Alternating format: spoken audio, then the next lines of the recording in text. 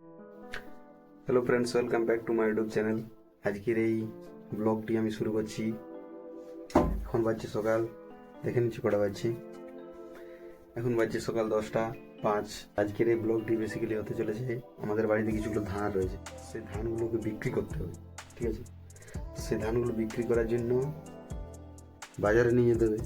তো বাজারে নিয়ে যেতে গেলে আমাদের একটি বড় বস্তাতে আছে ধানগুলো। এই বস্তাটাতে কিছুগুলো ধান রয়েছে। তো এই ধানগুলোকে বিক্রি করতে নিয়ে যেতে হবে, সেই জন্য বড় বস্তাটির থেকে এই ছোটো ছোটো বস্তাগুলোকে ভরবো, তারপরে এগুলোকে নিয়ে যাবো বিক্রি করার জন্য। তো আজকে এই নিয়ে আজকের এই ব্লগটি, ঠিক আছে, আপনারা দেখতে থাকুন। আর ধানগুলো যখন আমি ভরবো সেই সময় ধানের প্রচুর ধুলা থাকে, ঠিক আছে, সেগুলো উড়বে। মাস্ক লাগিয়ে নিয়েছি সেই কারণে। আপনারা পুরো বিন্দাস ভিডিওটা দেখতে থাকুন। একসঙ্গে যে বস্তাগুলো ছিল সেই বস্তাগুলোকে আলাদা করে নিয়েছি, ঠিক আছে। প্রথমে দেখে নিই এখানে কতগুলো বস্তা আছে। এই যে বস্তাগুলো 2 3 4 5 6 7, মোটামুটি 10টা মতন বস্তা আছে। এই বস্তাগুলোতে এই বড় বস্তাটা সব ধানগুলো হয়ে যাবে। এই ধানগুলো বিক্রি করে মোট কত টাকা হচ্ছে, ঠিক আছে, আমি ওটা আপনাদেরকে জানাবো। ভিডিওটা শেষ পর্যন্ত দেখতে থাকুন। Let's start.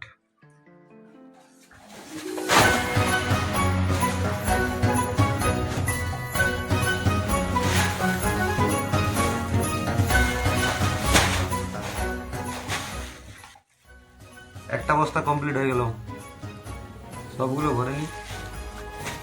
এগুলোকে একসাথে সবগুলো বস্তাগুলোকে সেলাই করবো।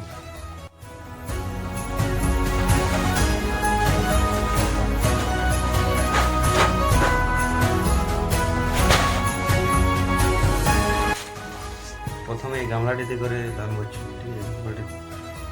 গামলাটিতে বস্তাতে, তারপর বুঝতে পারলাম যে এইভাবে করলে কীভাবে দেখো।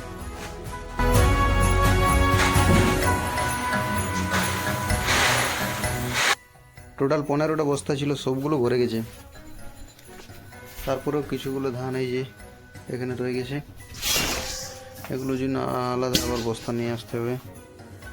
এই যে এই বস্তাগুলো আমি পরে নিয়ে এসেছি, আশা করি এই বস্তাগুলোতে সব হয়ে যাবে। এই যে এই বস্তাটিতে ধান ছিল, এই বস্তাটি পুরো খালি হয়ে গেছে। যে এতগুলো বস্তা ভর্তি হয়ে গেছে ধান, এগুলোকে এরপর নিয়ে যেতে হবে গাড়িতে করে বিক্রি করতে। পুরো ভিডিওটা দেখতে থাকুন। এতক্ষণ ধরে আপনারা ভিডিওটা দেখছিলেন, এই জন্য অসংখ্য অসংখ্য ধন্যবাদ। আপনারা হয়তো ভাবছেন যে ধান বিক্রি করার ভিডিওতে হঠাৎ করে টপি পরে জামা দামা পরে কোথায় চললো। কিন্তু ব্যাপারটা কী হচ্ছে আমি খুলে বলছি, ক্যামেরাটা কোথাও একটু ভালো করে রাখি।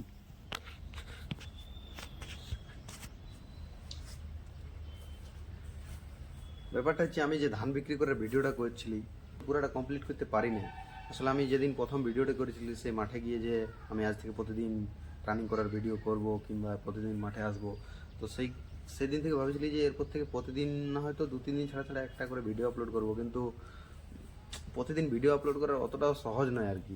আমি সেই ভিডিওটাতে বলেছিলাম যে ধান বিক্রি করার পর আমি কত টাকা পাচ্ছি, ঠিক আছে, সব কিছু আমি আপনাদেরকে শেয়ার করব।